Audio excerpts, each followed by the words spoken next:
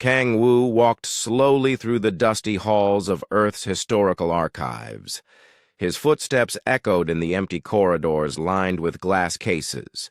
Inside the cases sat old weapons, battle armor, and faded pictures of wars from long ago. Most visitors barely looked at these things anymore. War was something from the past, like dinosaurs or horse-drawn carriages. The laser rifle here was used in the Mars Colony Wars, Kang Wu explained to the small group following him. That was about 3,000 years ago. Hard to believe people actually fought each other back then. Park Jin, his young assistant, nodded along. At 28, Park Jin was one of the few people who actually found military history interesting. Most humans his age couldn't even imagine what a real battle looked like. The idea of people trying to hurt each other on purpose seemed as strange as trying to breathe underwater. "Did they really wear this heavy armor?" asked one visitor, pointing at a bulky suit behind the glass. "It looks so uncomfortable." "They had to," Kang Wu replied. "Back then, humans carried weapons designed to kill other humans. Can you imagine that?" The visitors shook their heads. None of them could. For 3,000 years, humanity had lived in perfect peace. They traded with dozens of alien species across the galaxy. They explored new worlds and built beautiful cities among the stars. War was just something they read about in history. Books like studying ancient recipes or forgotten languages.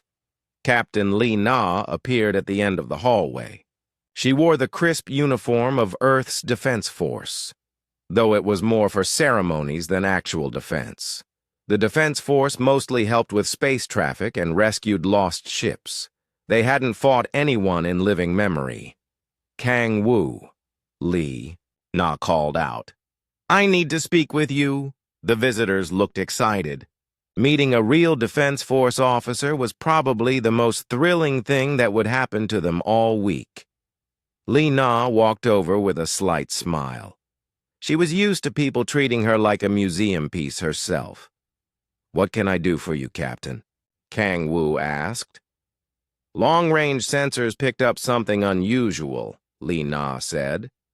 "A large fleet approaching the solar system, bigger than anything we've seen before." Park Jin's eyes lit up. "Aliens? That's exciting. Which species? The friendly traders from Kepler?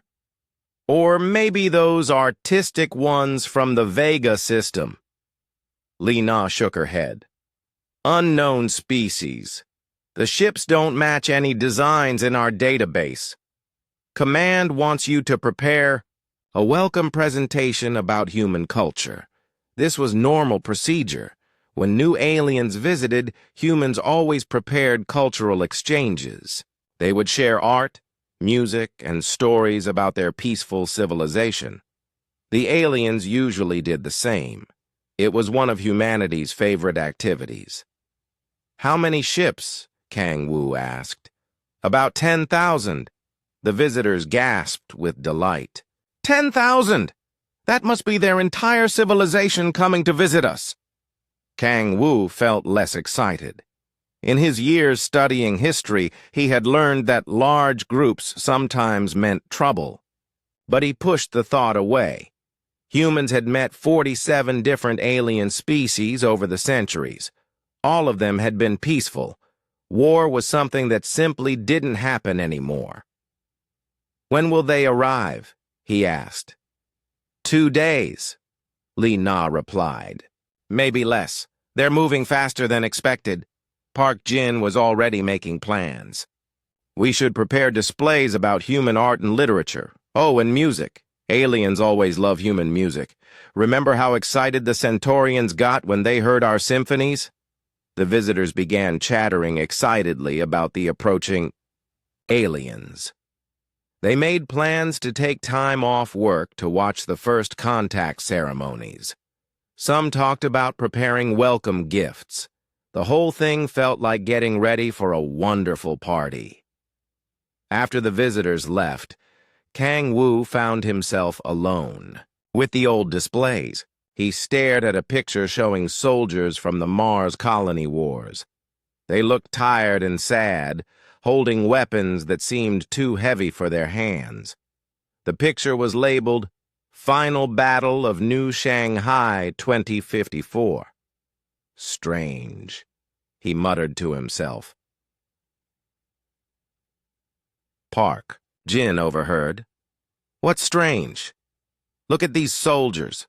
They don't look happy about winning. Park Jin studied the picture. Maybe they were just tired? Fighting must have been exhausting work. Kang Wu nodded, but something bothered him. He had spent his whole career studying human history, but the more he learned about the old wars, the less sense they made. The records were incomplete. Many files were locked away or missing entirely. It was as if someone had deliberately tried to hide the details. Park Jin, he said slowly, have you ever wondered why humans stopped fighting? Because we became civilized, Park Jin answered immediately. We learned that peace was better than war. It's basic human nature to avoid violence. This was what everyone believed. It was taught in schools and repeated in speeches. Humans were naturally peaceful creatures who had outgrown their violent past. They were proud of their 3,000 years of peace. But Kang Wu wasn't so sure. He had read enough history to know that humans had been very good at fighting. Too good, perhaps. The old weapons in the museum weren't just tools. They were masterpieces of deadly engineering. The battle strategies he had studied weren't simple. They were brilliant and terrifying. I'm going to review the old files tonight, he told Park Jin. Something about this feels different. Different how? Kang Wu couldn't explain it. It was just a feeling, like a memory he couldn't quite reach. He walked over to one of the locked display cases and peered inside. There sat something labeled, Tactical Combat AI Unit Deactivated. He had seen it thousands of times, but tonight it looked different somehow, almost like it was sleeping rather than broken. That evening, the news reported the approaching alien fleet with excitement. The reporter smiled broadly as she spoke. This could be the largest first contact event in human history. Scientists estimate the alien fleet contains over 10,000 ships, suggesting an entire civilization eager to meet us. Defense Force representatives say they are preparing the biggest welcome celebration ever organized. People across Earth and the colonies began planning parties. Hotels near spaceports filled with visitors wanting to witness history. Children drew pictures of what the new aliens might look like. But in his small office in the historical archives, Kang Wu sat surrounded by old books and faded documents. The more he read, the more questions he had. Why were so many military records classified? Why did the peace treaties from 3,000 years ago have sections that were completely blacked out? And why did he get the strange feeling that humanity's peaceful nature wasn't quite as natural as everyone believed? Outside his window, the stars looked the same as always, peaceful and distant. But somewhere out there, 10,000 alien ships were approaching. And despite what everyone else believed, Kang Wu couldn't shake the feeling that humanity was about to remember something it had spent 3,000 years trying to forget. Admiral Chobin stared at the massive screen in Earth's Defense Council chamber. 10,000 alien ships hung in space like dark clouds blocking out the stars. Each ship was larger than anything humans had ever built. Their design looked sharp and angry, nothing like the smooth, friendly vessels of other alien species. They're not responding to our welcome messages, reported Dr. Song Mi, Earth's best expert on alien languages. She had spent the last day trying to establish communication. Wait. Something's coming through now. The main screen flickered. An alien face appeared, hard features with 4 eyes that glowed red in the darkness. The creature's mouth was full of sharp teeth. When it spoke, its voice sounded like grinding metal. "I am Commander Yun-Su of the Kelhari Empire," the alien said. "We bring a message to the species called humans." Admiral Chobin stepped forward. "Welcome to our solar system. I am Admiral Chobin, representing Earth and all human colonies. We are honored by your visit and hope to establish peaceful relations with your empire." Commander Yun-Su's 4 eyes narrowed. "There will be no peace. We have come to deliver an ultimatum. Your species has spread across this galaxy like a disease. You have claimed worlds that do not belong to you. You have grown too numerous and too bold." Dr. Song-Mi looked confused. "Commander, I think there's been a misunderstanding. Humans are peaceful explorers and traders. We've never claimed worlds belonging to others. All our colonies were established on empty planets." "Empty?" Commander Yun-Su laughed, a harsh sound that made everyone in the chamber uncomfortable. "You took worlds that belonged to no one because you destroyed everyone who tried to stop you. Your reputation for violence spreads fear across 1,000 star systems." Admiral Chobin felt completely lost. "Violence? Commander, humans haven't engaged in warfare for 3,000 years. We are a peaceful species." "Lies!" Commander Yun-Su roared. "The Kelhari Empire has studied your history. We know what you are capable of. We know what you did to the Zagran, Confederacy, the Mollusk Collective, and dozens of other civilizations. Your peace is just preparation for your next expansion." Dr. Song-Mi tried desperately to explain. "I assure you we have no record of these civilizations. Humans have encountered 47 alien species, and all our meetings have been peaceful. There must be some mistake."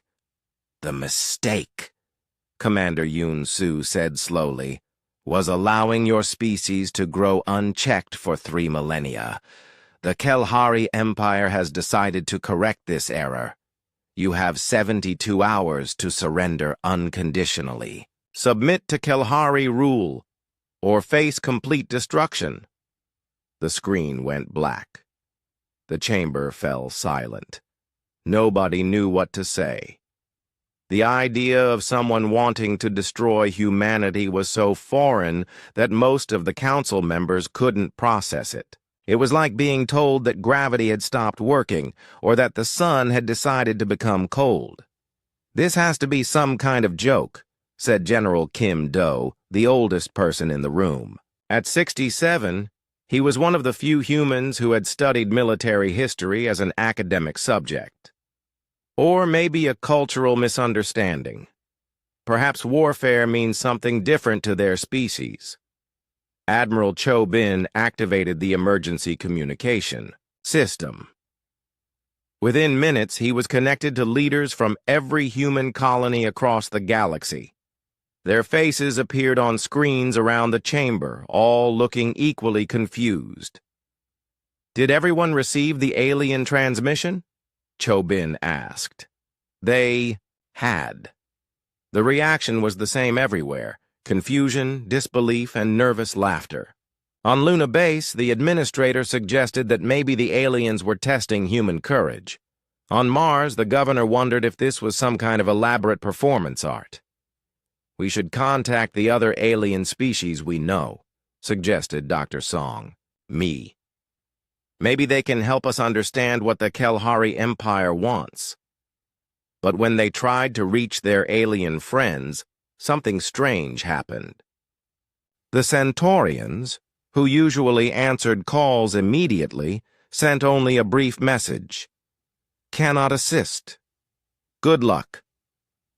The artistic vegans simply replied, "We are sorry." The traders from Kepler sent no message at all. Outside the Defense Council building, News reporters were already calling the ultimatum the most bizarre first contact event in history. Social media filled with jokes and memes. Someone created a funny video showing Commander Yoon Soo trying to look scary while fluffy music played. In the background, it went viral within hours. Maybe they're just bad at making friends, one popular comedian suggested on his show. Some species probably express love through threats.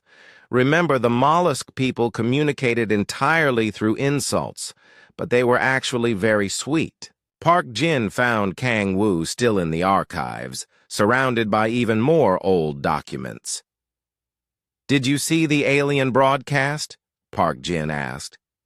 "I did," Kang Woo replied, without looking up. "They mentioned civilizations I've never heard of. The Zagran, Confederacy, the Mollusk Collective. But look at this." He showed Park Jin an old star map from 3,000 years ago. It showed human territory marked in blue with several gray areas labeled former contact zones, classified. "These gray areas," Kang Woo continued, "they're in the same regions where the Kelhari said we destroyed other civilizations." Park Jin studied the map. "Maybe those were just failed colonies, places where humans tried to settle but gave up?" "Maybe," Kang Woo said, but he didn't sound convinced. "I've been trying to access the classified military archives all night. Every time I get close, the system blocks me. It says I need authorization that doesn't exist anymore." Captain Lee Na appeared in the doorway. She looked tired and worried. "The Defense Force is calling up all reserves," she announced. "Just as a precaution. We're also trying to reactivate some of the old defense systems."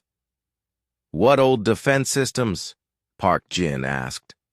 "Automated platforms scattered throughout the solar system. Most haven't been used in centuries. We're not even sure they still work." Lee Na paused. "Kang Woo, Command wants you to research human military capabilities. They want to know what options we have." Kang Woo laughed bitterly. "Military capabilities? We don't have any. Humans are peaceful. We gave up warfare 3,000 years ago." "Then we better learn fast," Lee Na said, "because those aliens don't look like they're joking."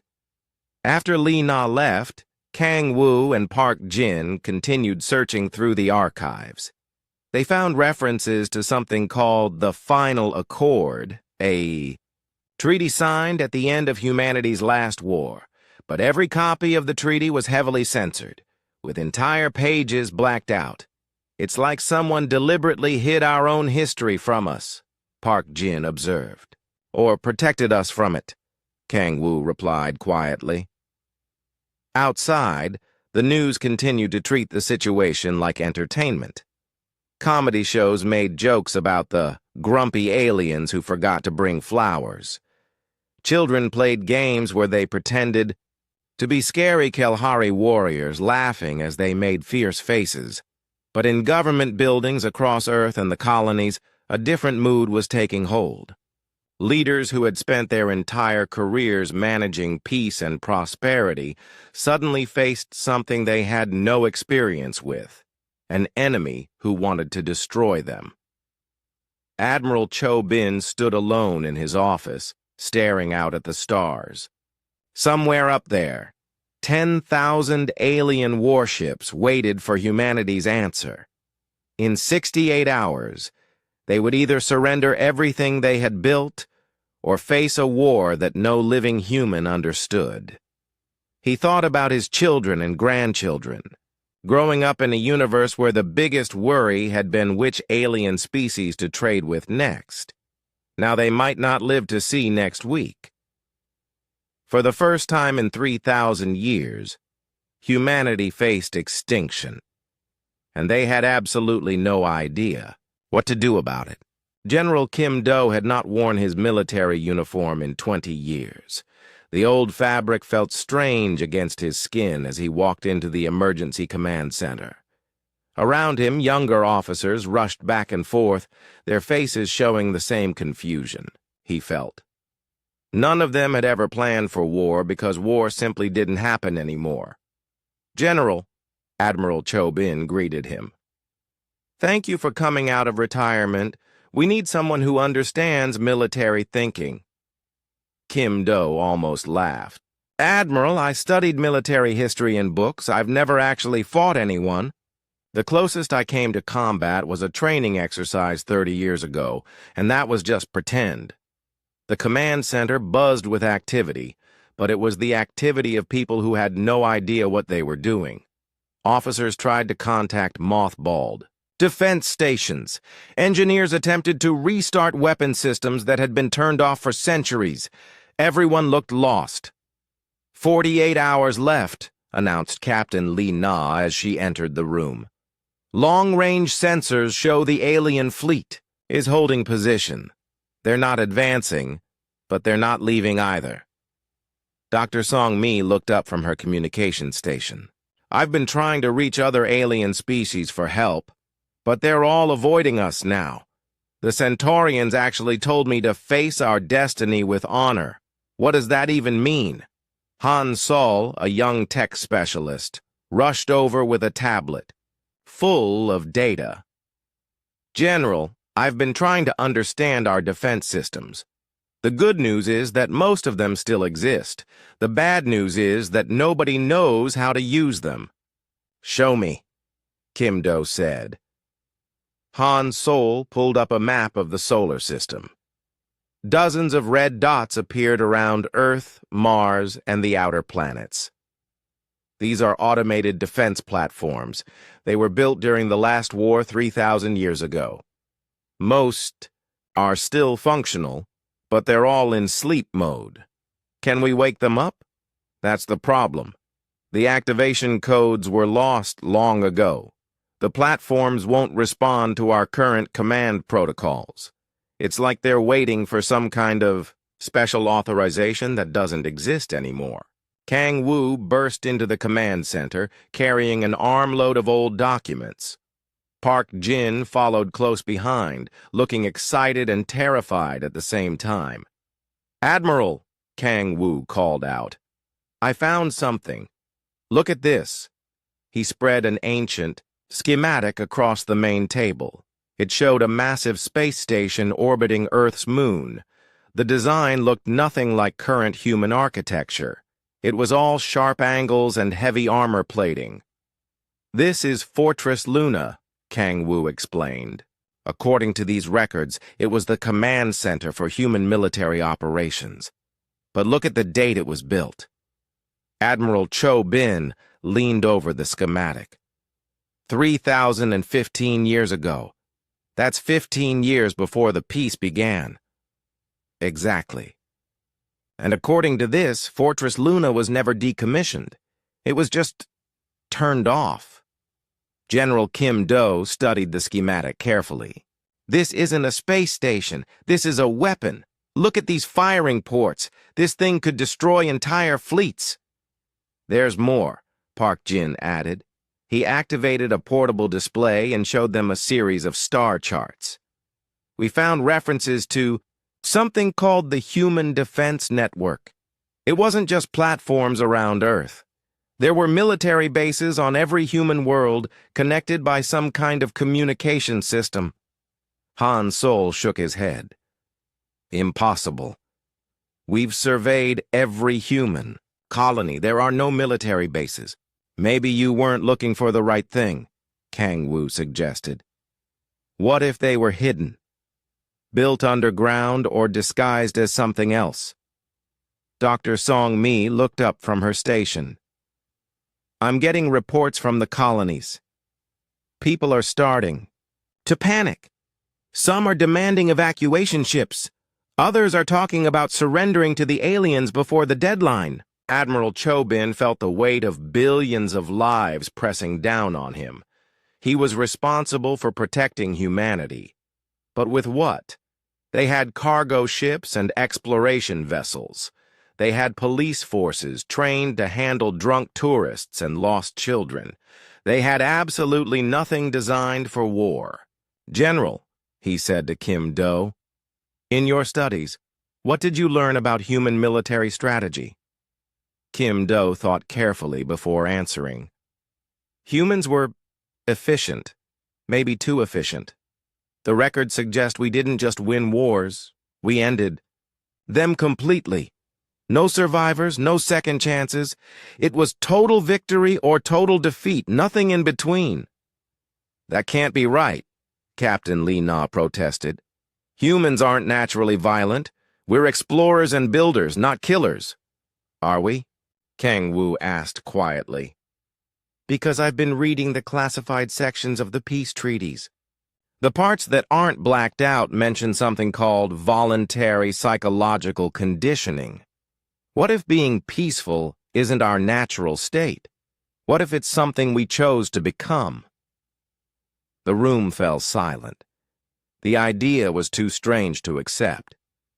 Everyone knew that humans were naturally peaceful. It was basic biology, taught in every school. Han Sol's tablet chimed with an incoming message. "Admiral, I'm getting automated responses from some of the old defense platforms. They're not waking up, but they're listening, like they're waiting for something." "Waiting for what?" "I don't know. But whatever it is, the platforms recognize our current communication protocols as obsolete. They want something older, something from the war period." Kang Wu and Park Jin exchanged glances. "The archives," Kang Wu said. "There might be old command codes in the deepest files, things that were locked away when the peace began." "How long would it take to find them?" Admiral Cho Bin asked. "If they exist, maybe 12 hours? If we're lucky?" "Do it. Han Sol, work with them. Find those codes." As the three men rushed back to the archives, the command center received an update from the outer system. The alien fleet had moved closer to Earth, not attacking yet, but making their presence felt. Their ships were so large that they blocked out entire star patterns. General Kim Do stared at the tactical display and tried to remember everything he had learned about warfare. The problem was that all his knowledge came from books and simulations. He had never seen real combat, never felt the pressure of actual life-or-death decisions. But as he studied the alien fleet's formation, something strange happened. The positioning looked wrong to him, though he couldn't say why. Their ships were spread too far apart. Their heavy vessels were in the front, where they could be targeted first. It was like they expected no real resistance. "They don't think we can fight back," he realized out loud. "What?" Admiral Cho Bin asked. "Look at their formation. They're not arranged for battle. They're arranged for intimidation. The Kalahari think we're helpless." Dr. Song Mi looked hopeful. "Maybe that's good. If they underestimate us, we might have a chance." General Kim Do nodded slowly, but deep in his mind, a thought was forming. A cold, calculating thought that scared him. If the aliens expected helpless victims, what would happen when they discovered that humanity might be something else entirely? Outside, the news continued to treat the situation like an interesting drama. But in secret government facilities across the solar system, old machines were starting to hum with power. Lights that had been dark for 3,000 years began to flicker on, and in the deepest archives of human history, three people searched desperately for the keys to wake up humanity's forgotten arsenal. The countdown continued, 36 hours until the deadline. And somewhere in the darkness of space, 10,000 alien ships waited for the surrender that would never come. Kang Wu's hands shook as he entered the final access code. After 18 hours of searching through the deepest archives, they had finally found it. The code was hidden in a file labeled Emergency Protocols, Final Authorization Only. The file had been sealed for exactly 3,000 years. Are you sure about this? Park Jin asked nervously. What if there's a reason these systems were shut down? Han Sol checked his instruments one more time. The alien deadline is in 6 hours. If we don't try this, we surrender or die. The three men stood in the archive's computer center, surrounded by ancient servers that hummed with forgotten power. On the screen in front of them, a simple prompt waited. Enter final command authorization. Kang Wu typed in the code they had found, Sleeping Giant Protocol. For a moment, nothing happened. Then, across the solar system, machines that had been silent for 3 millennia began to wake up. Captain Jang Ho was drinking coffee in the pilot's lounge at Luna Base when every alarm in the facility started screaming. Emergency lights flashed red as automated systems came online. Through the window, he could see massive doors opening in the moon's surface, doors he had never known existed. All pilots report to Launch Base 7 immediately, the base commander announced over the speakers.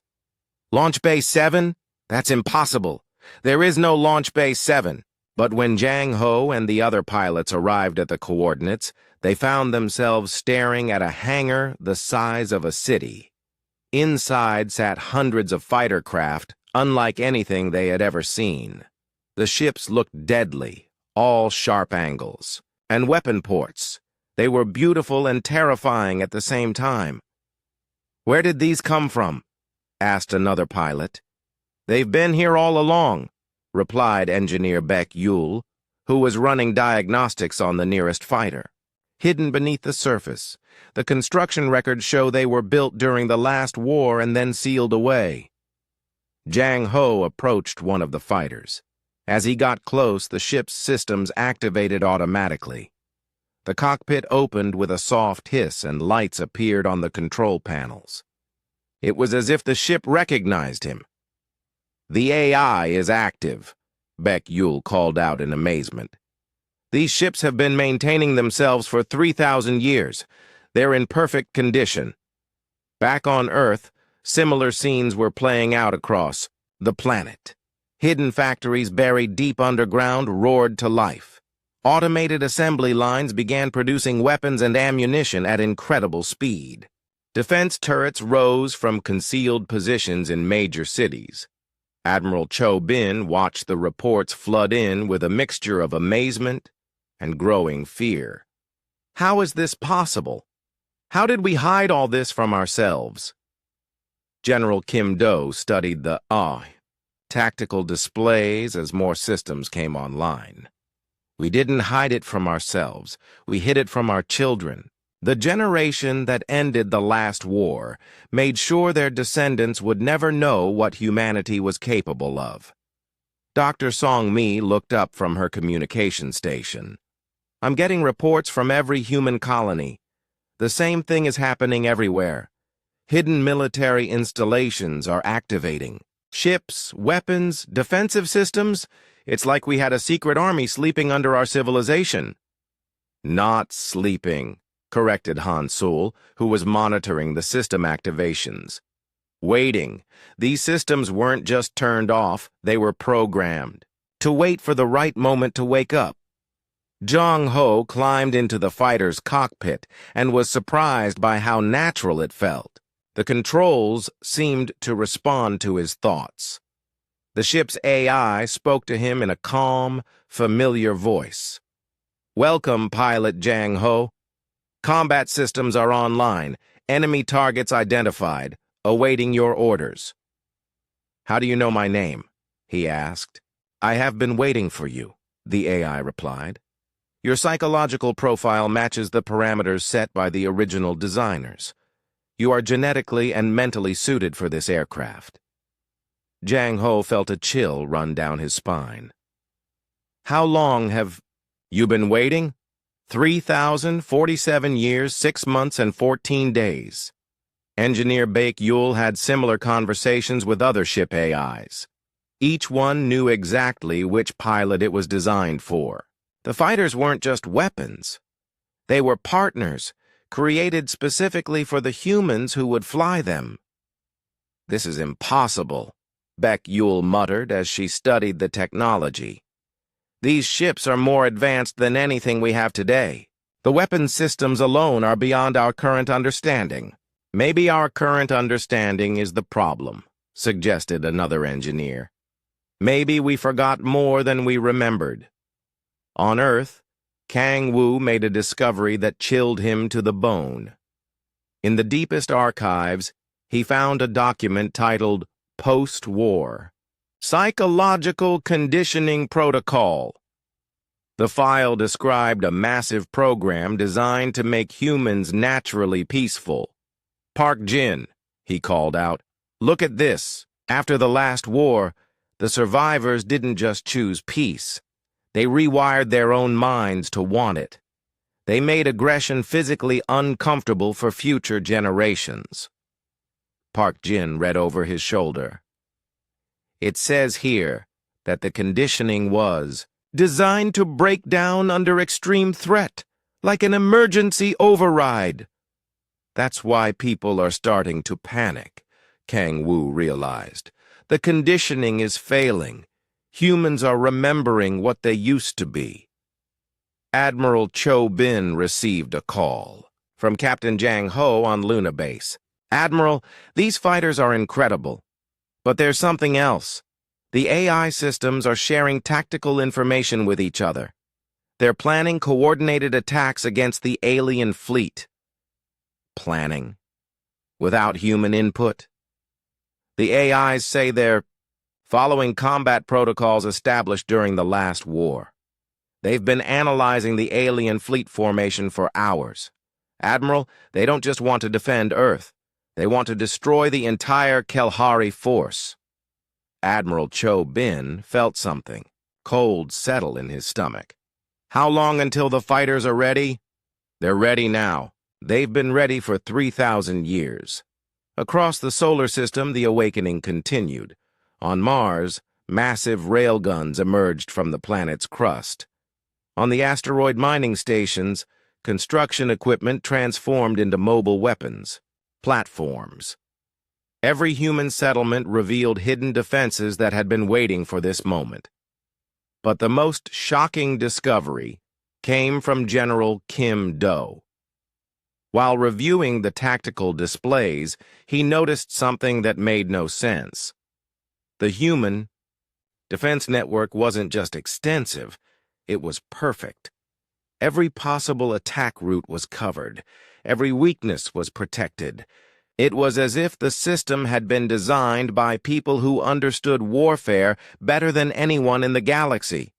"Dr. Song Mi," he called out. "Try contacting the other alien species again. Ask them about humanity's military history." When the Centaurians finally answered, their message was short and terrifying. "You were the apex predators of the galaxy. We agreed to your isolation because the alternative was extinction. We pray your sleep was long enough for you to forget what you are." The message cut off, leaving the command center in stunned silence. Outside, Captain Jang Ho performed the first test flight of a reactivated fighter.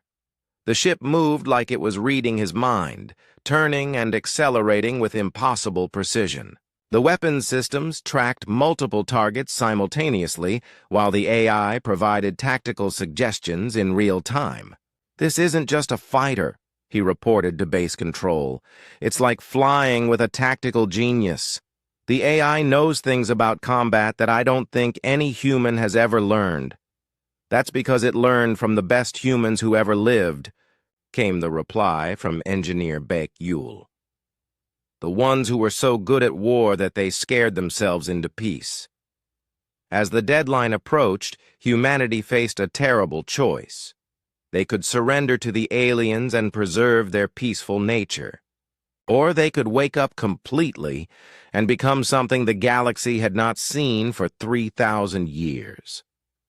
In the command center, Admiral Chobin stared at the tactical display showing thousands of human weapons now online. Each one was more powerful than anything the current generation had imagined possible.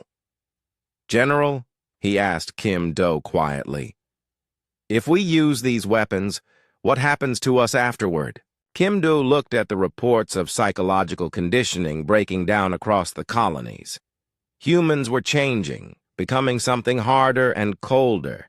The peace-loving explorers were disappearing, replaced by something much more dangerous. "I don't think we'll be the same species when this is over," he admitted. 4 hours until the alien deadline. And humanity's children were about to meet their parents' true nature. Commander Yoon Soo had been watching the human worlds for 3 days, waiting for signs of surrender. Instead, what he saw made no sense. The peaceful trading posts were transforming into military bases. Ships that looked like cargo vessels were revealing hidden weapon systems. It was as if the entire human civilization had been wearing a disguise. "Analysis report," he demanded from his tactical officer. "Commander, human defensive capabilities have increased by 3,000% in the last day. We're detecting weapon signatures that don't match anything in our database." Yoon Soo's 4 eyes narrowed. "Impossible. Our intelligence shows humans are a peaceful species. They haven't fought a war in 3 millennia. Sir, our sensors are detecting massive energy buildups throughout the solar system. Whatever they're doing, it's big." The Kelhari fleet had positioned itself for an easy victory. Their plan was simple: appear in overwhelming force, demand surrender, and then occupy human worlds without resistance. The Empire had done this dozens of times with other species. Peaceful civilizations always surrendered when faced with extinction. But as the deadline approached, something was going wrong. Pilot Lee Jun had never flown anything more dangerous than a passenger shuttle. But as he climbed into the fighter on Luna Base, he felt like he had been born to fly this machine. The controls felt natural in his hands. The weapon systems made perfect sense. It was as if some part of his mind had always known how to do this. "Flight Leader Lee Jun," came the voice of Sergeant Oh Min from the ground control station. "You're cleared for combat patrol. Enemy scouts are probing our outer defenses." Lee Jun launched from the hidden hangar and immediately spotted the alien scouts, small, fast ships trying to get close to Earth. His fighter's AI provided targeting information while his hands moved across the controls with surprising skill. "Enemy vessel locked," the AI announced. "Recommend immediate engagement." Lee Jun fired without hesitation. The alien scout disappeared in a flash of light. Then he turned toward the next target and the next. Within minutes, all 5 enemy scouts were destroyed. "Clean kills," reported Sergeant Oh Min. "Lee Jun, where did you learn to fly like that?" "I don't know," Lee Jun replied honestly. "It just feels natural." Similar scenes played out across the solar system. Human pilots who had never seen combat were out flying experienced alien warriors. Ground defense coordinators who had spent their careers managing space traffic were organizing military operations with tactical brilliance. Sergeant Oh Min found herself commanding a defense network that spanned 3 planets. Information flowed to her from sensors, weapons platforms, and mobile units scattered across millions of kilometers. Somehow, she could process it all. The data made sense in ways she couldn't explain. Defense Grid Alpha through Gamma, coordinate firing solutions. On enemy heavy cruisers, she ordered. Wing Commanders Echo and Foxtrot, prepare for flanking maneuvers. She had never learned these terms. She had no military training, but the words came naturally, and the human forces responded with perfect precision. On the Kelhari flagship, Commander Yunsu watched his scouts disappear from the tactical display. "What happened to Reconnaissance Group 7? "They were destroyed, sir, by human fighters." "How many human fighters?" "5, sir." Yunsu stared at the tactical officer. "5 human fighters destroyed 5 of our scouts?" "Yes, sir. Clean kills. No survivors." This was troubling. Kelhari scouts were fast and well armed. They should have been able to escape from primitive human ships. But according to the sensor data, the human fighters had moved and fired with impossible precision. "Begin the attack," Yunsu ordered. "Full fleet advance. Demonstrate to these humans what real warfare looks like." The Kelhari fleet moved toward Earth in perfect formation.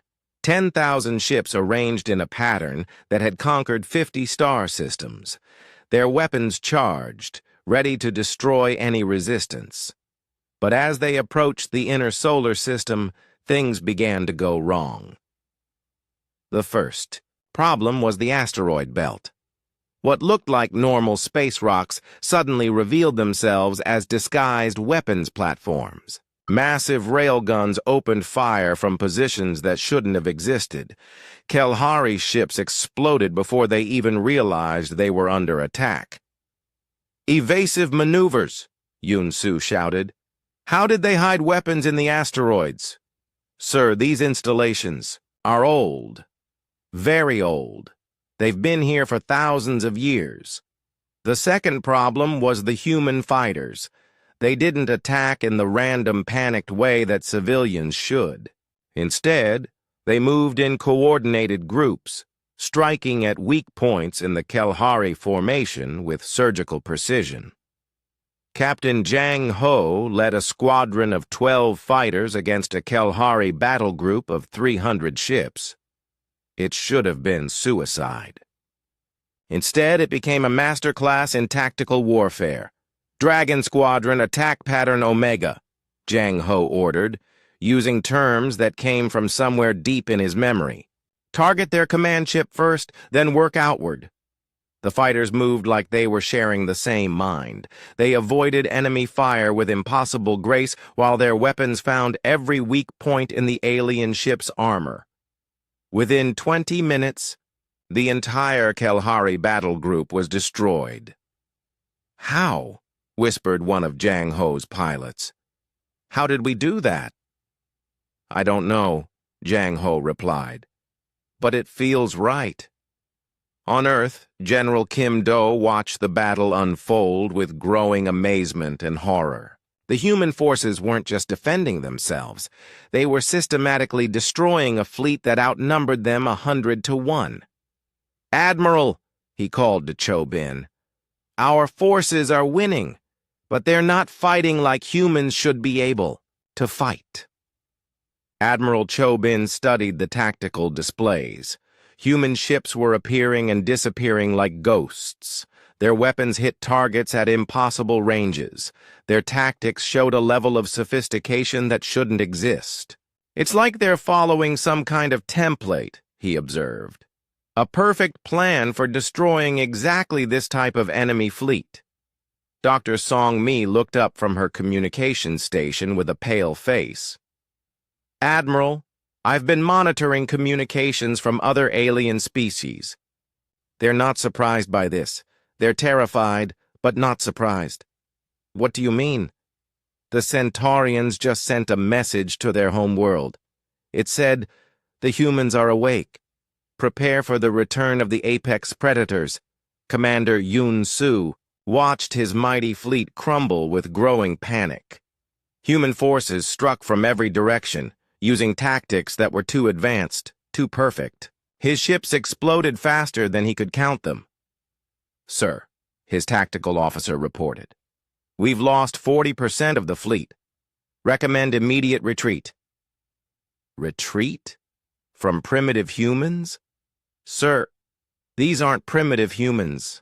I don't know what they are, but they fight like—" The officer paused, searching for words. like war is their natural state. Yunsu looked at the battle display and felt something he had never experienced before. Fear. The human ships moved with deadly grace. Their weapons never missed. Their tactics were flawless. It was as if they weren't fighting their first battle in 3,000 years. It was as if they had been planning this exact fight for 3,000 years. All ships, he finally ordered, fall back to minimum safe distance. Reassess enemy capabilities. But as the Kelhari fleet tried to retreat, they discovered the final horror. The humans had surrounded them. While Yunsu had been focused on the frontal assault, human forces had moved into position behind his fleet. "Sir," the tactical officer reported with terror in his voice, "we're trapped. They've cut off all escape routes." Sergeant O'Min coordinated the encirclement from her command center on Earth. Information flowed to her from 1,000 sources, and somehow she understood it all. She knew exactly where each enemy ship was, where it was going, and how to destroy it. "All units," she announced calmly, "commence final phase. No survivors." The words came from her mouth, but they felt like someone else's thoughts. Someone harder and colder than the peaceful woman she had been yesterday. In space, the Kelhari Empire's greatest fleet found itself facing extinction at the hands of a species they had thought was helpless. And the humans carrying out this destruction felt a growing certainty that this was what they had always been meant to do. The battle was not even close to over, but already the outcome was clear. Humanity had awakened from its 3,000-year sleep. And the galaxy was about to remember why they had been allowed to rest in the first place. Park Jin stared at the computer screen in horror. He had finally broken through the deepest security layers of the historical archives, and what he found there made him wish he had never looked. "Kang Wu," he called out with a shaking voice. "You need to see this." Kang Wu rushed over to Park Jin's workstation. On the screen was a document titled Final War Summary, Classified Eternal. The date showed it was from exactly 3,000 years ago. "Look at this," Park Jin whispered, pointing to a section of the report. The last war wasn't against alien invaders, it was humans fighting humans, a civil war that lasted 50 years and killed 90% of the species. Kang Wu read the summary with growing dread. The Unification War, two human factions fighting for control of the galaxy. The expansionists wanted to conquer every inhabited world. The conservationists wanted to preserve other species. "But look at the casualty numbers," Park Jin continued. "Billions of humans dead. Entire star systems turned into graveyards. And this line here, combat effectiveness exceeded all projections. Human military capabilities proven too dangerous for continued existence." Kang Wu scrolled through more documents. Each one painted a darker picture of humanity's true nature. The peace didn't happen because humans became enlightened. It happened because the survivors were terrified of what they had become. In space above Earth, the battle against the Kelhari fleet continued with ruthless efficiency. Human fighters moved through enemy formations like predators through prey. Captain Jiang Ho had stopped feeling surprised by his own abilities. The impossible maneuvers, the perfect shots, the tactical brilliance, it all felt natural now. "Dragon leader to all squadrons," he transmitted. "Enemy flagship is attempting to escape. Alpha and Beta wings cut off their retreat. Gamma wing, prepare for kill shot."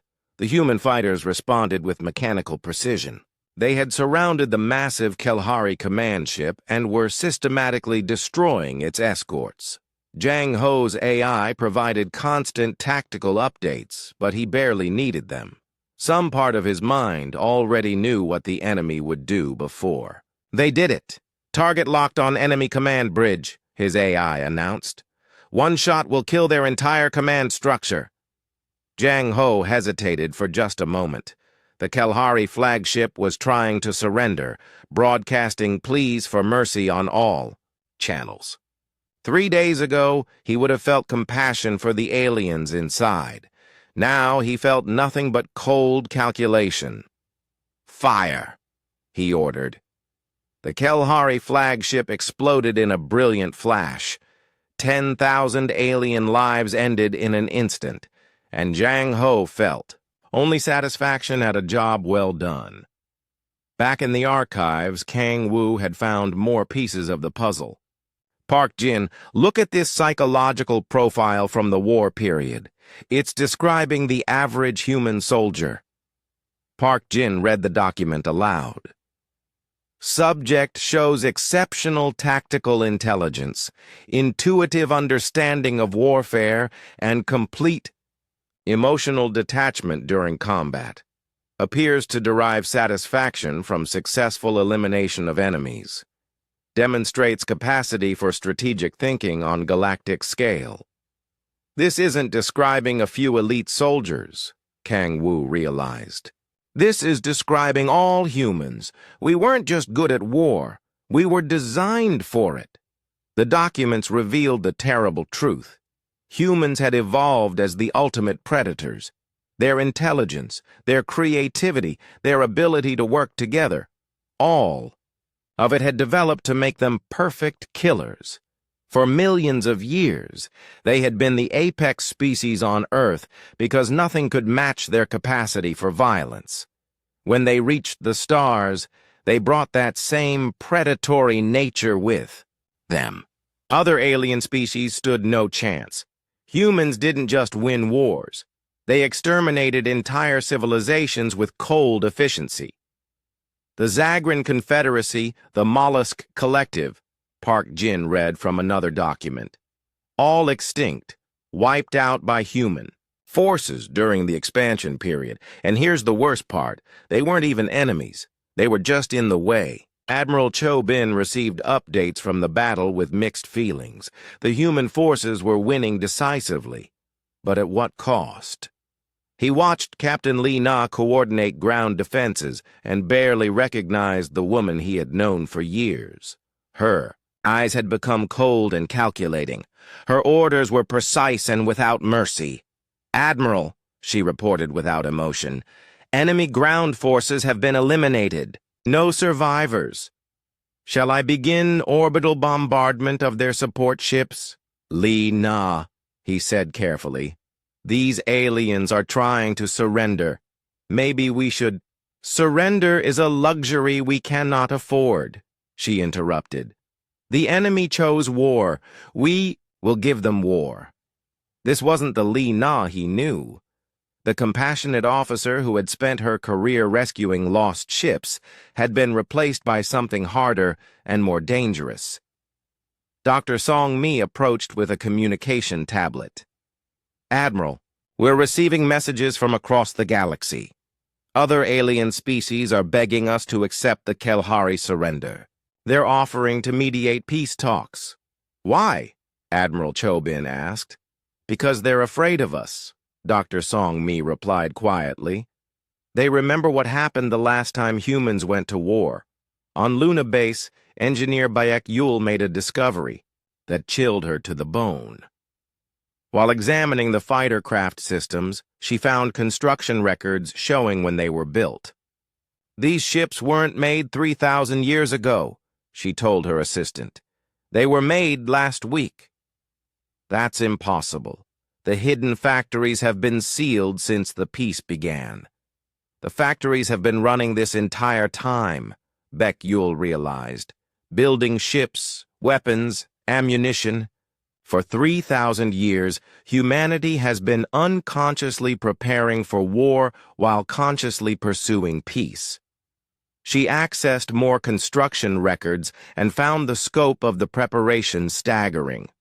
Every human world had hidden military facilities, Every space station had concealed weapons. Every civilian ship could be converted to military use within hours. "We never stopped being a warrior species," she whispered.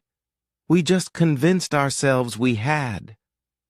Commander Yoon Soo huddled in the wreckage of his command center, trying to understand how his mighty fleet had been destroyed so quickly. The humans hadn't just defeated them. They had played with them like a cat with mice. "Sir," his surviving tactical officer reported, "we're receiving a transmission from the human forces." Admiral Chobin's face appeared on the screen. He looked tired and sad, but behind his eyes lurked something cold and merciless. "Commander Yoon Soo," Admiral Chobin said, "your fleet is destroyed. Your ground forces are eliminated. You have two choices: surrender unconditionally or join your dead comrades."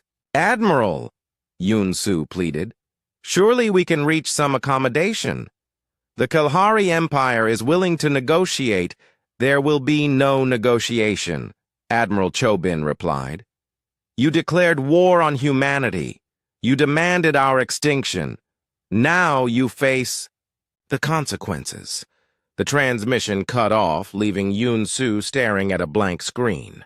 Around him, his ship shuddered as human weapons continued their methodical destruction of what remained of his fleet. In the archives, Kang Wu found the final piece of the puzzle. A document titled "The Choice" described the decision made by the survivors of the Civil War. They had two options, he told Park Jin: continue being humanity's true self and eventually destroy all life in the galaxy, or suppress their nature and try to become something else. They chose peace, Park Jin said. They chose to hide from themselves, Kang Wu corrected, but they knew that someday someone would threaten human survival. So they built all these weapons and waited. Waited for what? For the day when humanity would need to remember what it really is. Above Earth, the last Kalahari ships fell silent.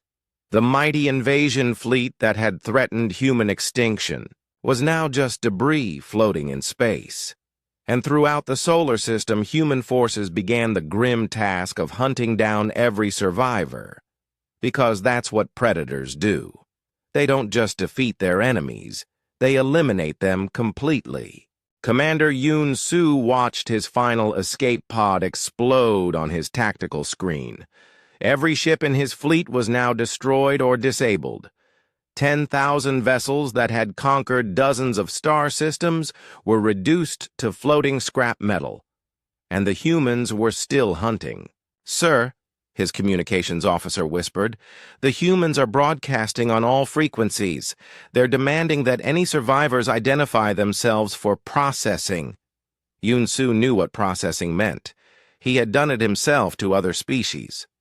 There would be no prisoners, no mercy, no survivors. "How?" he asked quietly. "How did a peaceful species do this to us?"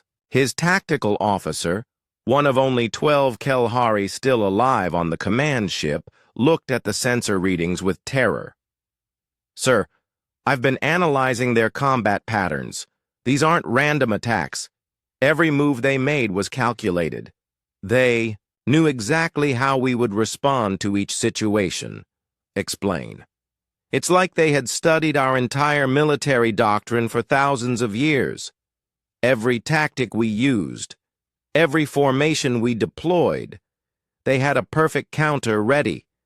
It wasn't a battle, sir, it was an execution." Captain Jang Ho led his fighter squadron through the debris field, hunting for survivors. His AI had identified 17 disabled Kalahari ships that might still contain living enemies. Each one needed to be eliminated. "Dragon leader to base," he reported. "Beginning final sweep of Sector 7. No signs of functional enemy vessels." "Copy, Dragon leader," came Sergeant Oh Min's voice from Earth. "Remember, no survivors. We cannot allow any Kalahari to return to their empire with intelligence about human capabilities." Understood. Jang Ho felt no emotion about the order. Days ago, the idea of killing helpless enemies would have horrified him. Now it seemed like simple common sense. Dead enemies couldn't report back. Dead enemies couldn't plan revenge. Dead enemies stayed dead. His fighter approached the first disabled Kelhari ship. The vessel was drifting, its weapons offline, its engines cold. Inside, there might be a dozen aliens trying to repair their systems or send distress signals. Target acquired, his AI announced. Recommend immediate termination. Jang Ho fired without hesitation. The Kelhari ship vanished in a flash of light. On Earth, General Kim Do studied the tactical reports with a mixture of pride and horror. The human forces had achieved something unprecedented, the complete destruction of a superior enemy fleet, with minimal losses. Only 6 human ships had been destroyed, and fewer than 100 human lives lost. "Admiral," he said to Cho Bin, "we need to discuss what happens next." Next? The Kelhari Empire will notice that their fleet never returned. They'll investigate, and when they do, they'll discover that humanity has become something they never expected. Admiral Chobin nodded grimly. "What do you recommend?" "We finish what we started. The Kelhari Empire declared war on us. We didn't ask for this fight, but now that it's begun, we have to win it completely." Dr. Song Mi looked up from her communication station with alarm. "Admiral, I'm receiving emergency transmissions from alien governments across the galaxy. They're all saying the same thing." "Which is?" "They're begging us not to leave the solar system." This puzzled Admiral Chobin. "Why would they care if we expand our territory?" "Because they remember what happened the last time humans expanded," Dr. Song Mi replied. "According to these messages, human forces didn't just conquer worlds during the expansion period. They sterilized them completely. No alien life of any kind was allowed to survive. In the archives, Kang Wu and Park Jin had uncovered the most disturbing documents yet. Records from the expansion period showed that humans hadn't just been good at war, they had been perfect at it. "Look at this battle report," Park Jin said, pointing to a file on his screen. "The siege of Kepler Prime. 50 million aliens lived. On that world, human forces killed them all in 6 hours. 6 hours? Kang Wu couldn't believe it. How is that possible? Orbital bombardment followed by surface sterilization. The humans didn't even land troops. They just eliminated all life from space and moved on to the next target. More reports showed the same pattern. Human forces would arrive at an alien world, demand surrender, and then destroy everything regardless of the response. Peaceful species, aggressive species, primitive species, advanced species, it didn't matter. Humans treated them all the same way. They weren't conquering, Kang Wu realized. They were exterminating, like a plague spreading through the galaxy. And the other humans tried to stop them, Park Jin added, reading about the Civil War. The conservationists fought the expansionists for 50 years to save the remaining alien species. Both sides lost, Kang Wu observed. The expansionists were defeated, but the conservationists were so horrified by what they had become that they chose to suppress their own nature. Captain Li Na stood in the command center, coordinating the final phases of the hunt. Every sensor in the solar system was focused on finding the last Kelhari survivors. Her orders were simple and absolute. Nothing could be allowed to escape. Sector 12 clear, reported one search team. Sector 15 clear, reported another. Sector 18. Wait. We have a contact. Small vessel, heavily damaged, drifting, near Jupiter. Li Na studied the tactical display. One last Kelhari ship, probably containing no more than a handful of survivors. In the old days, she would have ordered a rescue mission to help the aliens repair their vessel and return home safely. Destroy it, she ordered without hesitation. The weapons platform near Jupiter fired once. The last Kelhari ship disappeared. All sectors report clear, Li Na announced. Operation complete, no survivors. She felt satisfied. The job was done. The threat was eliminated. The predator in her mind purred with contentment. Commander Yun Su felt his ship dying around him. The humans had found them despite all attempts at hiding. Through the viewports, he could see human fighters approaching like hungry sharks. "Sir," his communications officer said desperately, "I'm broadcasting surrender on all frequencies. Maybe they'll show mercy." Yun Su almost laughed. "There will be no mercy. We declared war on the apex predators of the galaxy. They're going to do to us exactly what we would have done to them." The human fighters opened fire. Yun Su's last thought was a warning that would never be delivered. Tell the Empire that humanity is awake. Tell them that the long sleep is over. Tell them that the monsters have returned. His ship exploded, taking the final witnesses to humanity's true nature with it. In the archives, Park Jin found one more document that made everything clear. It was titled The Compact and described the agreement that ended the Civil War.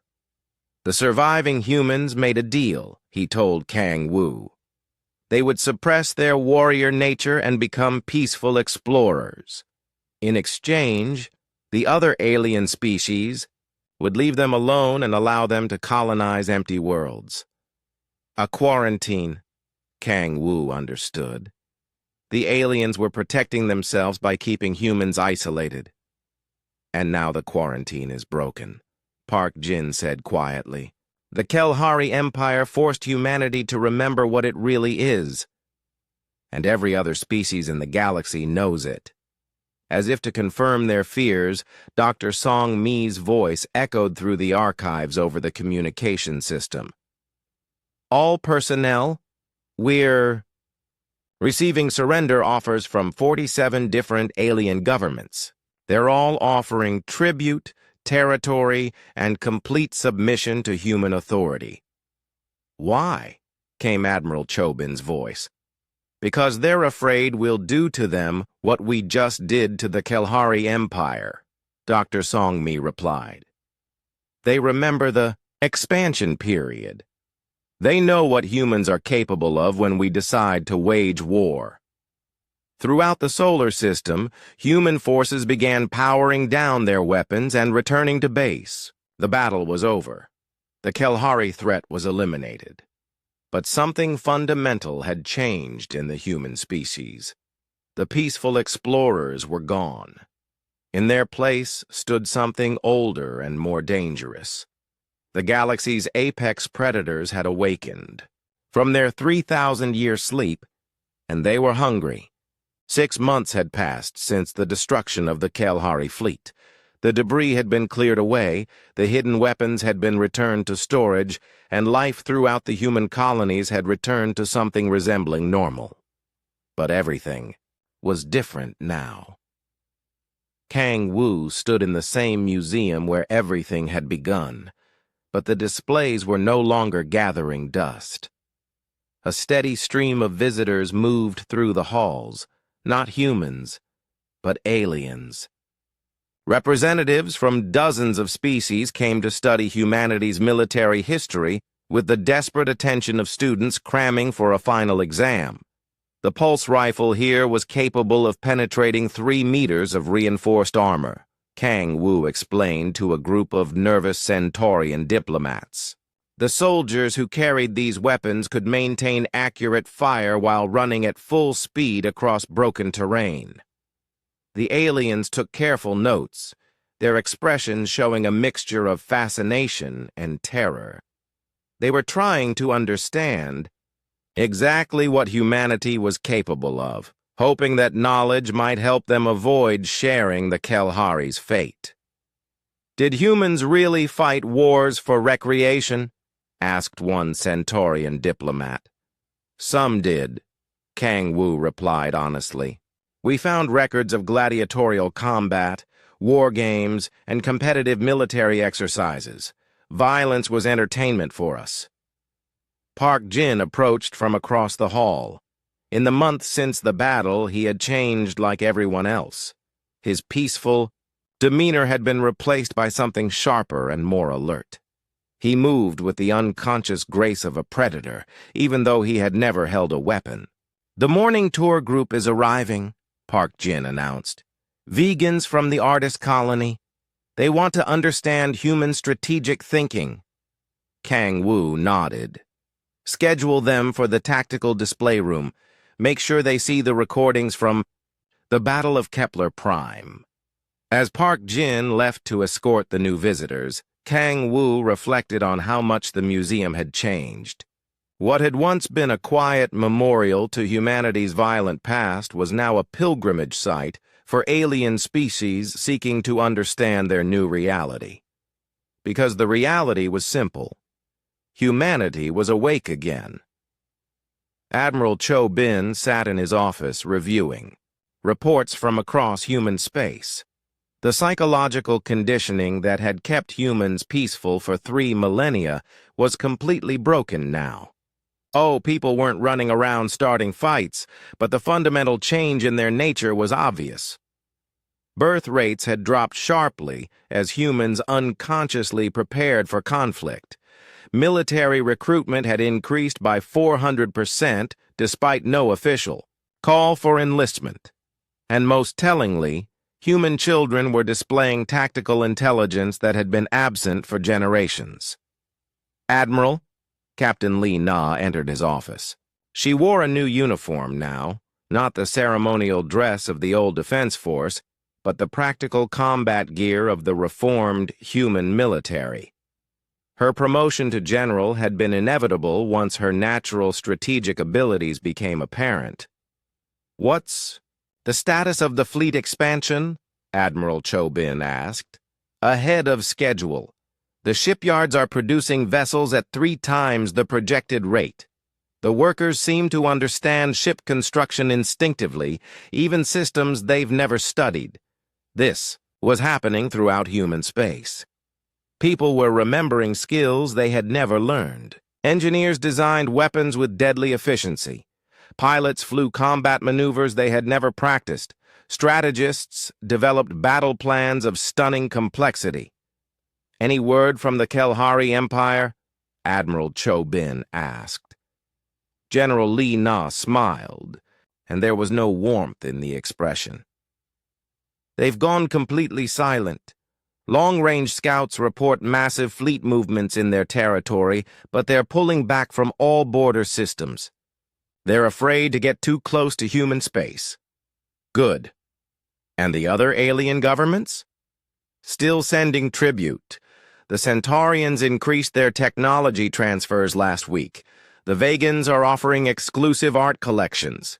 Even species we've never contacted before are sending diplomatic envoys with gifts." Admiral Cho Bin understood why.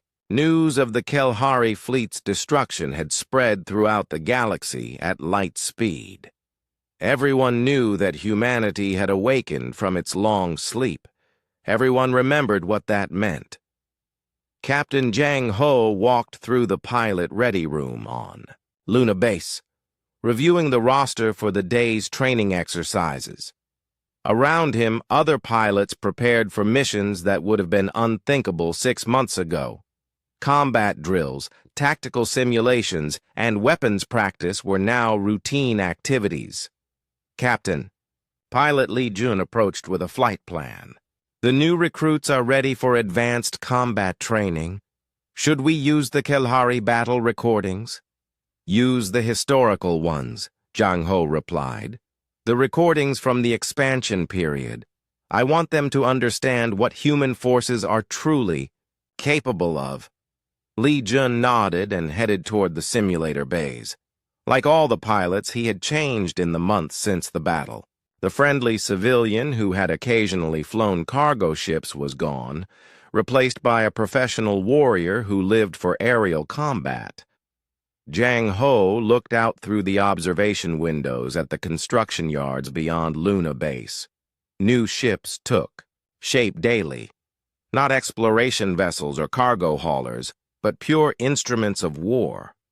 Sleek fighters, heavy cruisers, and massive battleships designed for one purpose: ensuring that humanity never again faced extinction. The ships were beautiful in the way that apex predators were beautiful, perfectly evolved for their function. Engineer. Baek-Yul supervised the completion of the latest battle cruiser from the shipyard control room. The vessel was a masterpiece of destructive engineering, incorporating technology that humanity had supposedly forgotten. But the workers building it needed no instruction manuals. Their hands remembered what their minds had been forced to forget. "Ma'am," her assistant reported, "the alien observation team is requesting another inspection tour." Baek-Yul looked through the control room windows at the group of alien diplomats watching the construction from a safe distance. They came every day now, representatives from various species who needed to understand humanity's military capabilities. "Schedule them for tomorrow," she decided. "Make sure they see the weapons testing." It was important that the aliens understood. The galaxy needed to know that humanity was no longer the peaceful species that could be threatened with extinction. The Kelhari Empire had made that mistake once. It would not be repeated. In the archives, Park Jin continued his research into humanity's military history, but now his work had a different purpose. Instead of satisfying academic curiosity, he was helping to restore knowledge that might be needed for future conflicts. "Kang Wu," he called out, "I found something interesting. Records from the expansion period show that humans never fought defensive wars." "What do you mean?" "Every conflict began with human aggression. We didn't wait to be attacked. We eliminated potential threats before they could develop into actual threats." Kang Wu considered this information carefully. It matched everything else they had learned about humanity's true nature. Humans weren't just good at fighting wars. They were good at preventing wars by making sure no one survived to start them. "Should we report this to Admiral Chobin?" Park Jin asked. "He already knows," Kang Wu replied. "Look at the fleet movements. We're not just defending human space anymore. We're expanding it." And it was true. Human forces had begun moving into systems that had been abandoned after the Kelhari fleet's destruction, not to conquer or colonize, but to establish defensive positions that would prevent any future threats from developing. The message was clear. Humanity would never again allow itself to be threatened with extinction. Dr. Song Mi worked in the communications center, monitoring transmissions from across the galaxy. The chatter between alien governments had increased dramatically since the battle. Everyone was trying to understand the new balance of power. "Admiral," she reported to Chobin over the comm system, "I'm detecting massive military buildups in 12 different star systems. The alien governments are expanding their fleets. Defensive preparations? Unknown. But the scale suggests they're preparing for major conflicts." Admiral Chobin wasn't surprised. The galaxy had been stable for 3,000 years because humanity was asleep. Now that the apex predators were awake, everyone else was scrambling to survive. "Continue monitoring," he ordered, "and prepare intelligence briefings for the fleet commanders. If war is coming, we'll be ready." As evening fell over Earth, Kang Wu stood once again in the museum, now empty of visitors. The displays looked different in the dim light, less like historical artifacts and more like a preview of things to come. He walked over to the same picture that had caught his attention months ago, the tired soldiers from the Mars colony wars. But now he understood their expressions. They weren't sad about winning. They were sad about what winning had cost them. The soldiers in the picture had been forced to become something terrible in order to survive. They had embraced their nature as apex predators and used it to eliminate their enemies. And when the fighting was over, they had to live with what they had become. Now their descendants faced the same choice. Park Jin joined him in the quiet museum. "Do you think we made the right decision?" he asked. "We didn't make a decision," Kang Wu replied. "The Kelhari made it for us. They forced us to remember what we are. And what are we?" Kang Wu looked at the military displays, at the weapons, that had once seemed like ancient curiosities but now felt like natural extensions of